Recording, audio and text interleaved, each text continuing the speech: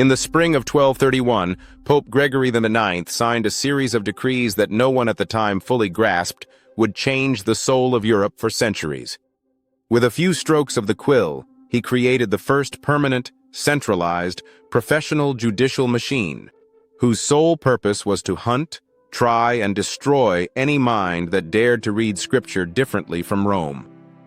This was not another episodic persecution. This was the birth of the Papal Inquisition, the moment when the Greco-Roman philosophical church stopped merely teaching its doctrine and began prosecuting it as a capital crime.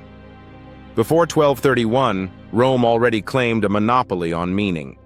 For 800 years it had built its authority on the Greek Septuagint, the imperial canon of the New Testament, the ontological categories of Plato and Aristotle baptized at Nicaea and Chalcedon, and the conviction that there can be only one visible, universal, philosophically coherent church.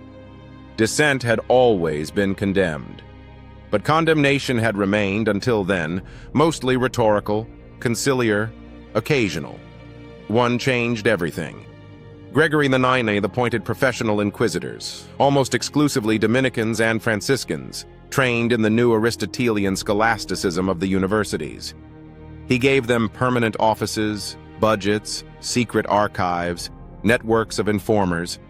He authorized them to bypass local bishops and secular courts whenever convenient. He declared heresy not only a sin, but a crime against society itself, treason against the universal order.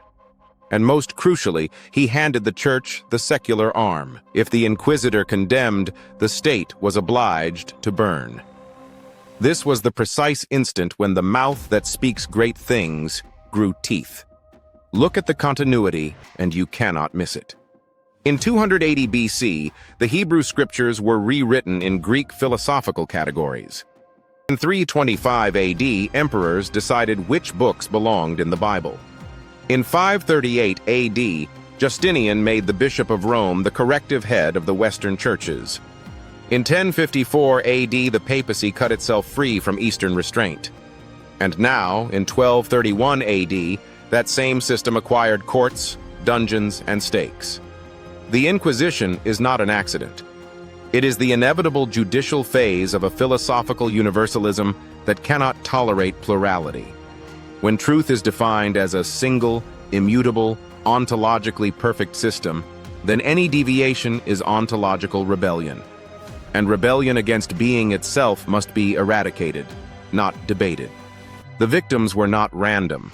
They were the remnants of an older moral-prophetic Christianity that had never fully bowed to the Greco-Roman synthesis, the Paulicians and Bogomils who rejected the Old Testament as the work of an Evie demiurge, the Waldensians, who insisted on preaching in the vernacular and living in apostolic poverty, the Cathars and Albigensians, who challenged the sacramental monopoly, the spiritual Franciscans who took the gospel call to detachment too seriously for papal comfort, the Beguines who dared to experience God without male clerical mediation.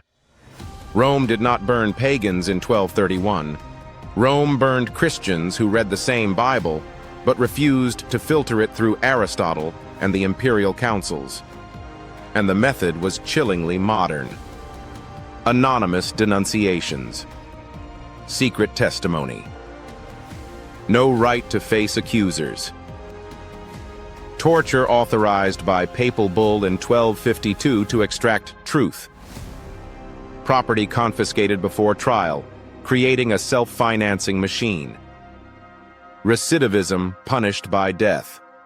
Relapsed heretics handed over to the secular arm with the hypocritical prayer that no blood be shed, while everyone knew the stake awaited. This was the moment the papacy ceased to be merely a spiritual authority and became a totalitarian interpreter of reality. It now controlled not only what you must believe, but what you were allowed to think, read, discuss, or even doubt in the silence of your conscience. For 3 centuries, the Inquisition spread like a dark web across Europe. Toulouse 1234, Northern Italy 1235, Aragon 1238, France under St. Louis, the Rhine Valley, Bohemia. By 1300, it had permanent tribunals in every major Catholic region.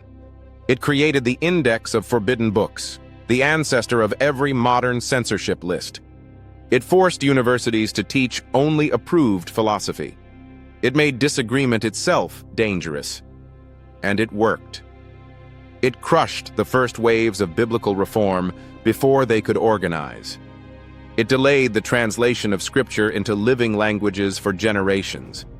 It terrorized consciences into outward conformity. It turned Europe into a continent where a single sentence whispered to the wrong person could mean ruin or death. Yet the very brutality of 1231 planted the seeds of its own future undoing. Every scream from the torture chamber echoed in the collective memory. When the printing press arrived 2 centuries later, those memories exploded. When Luther nailed his theses in 1517, he was not starting something new. He was finishing what the Albigensians, the Waldensians, and the Lollards had begun, only now with the protection of German princes who had learned to fear Rome's courts more than Rome's curses. AD is therefore the year the mask fell completely. The same power that once crowned emperors now burned Christians for owning a gospel in their own tongue. The philosophical church, born in Alexandria and Constantinople, canonized by emperors, centralized in Rome, freed from the East in 1054, now reveals its final form in 1231. A judicial empire that guards its universal truth with iron and fire.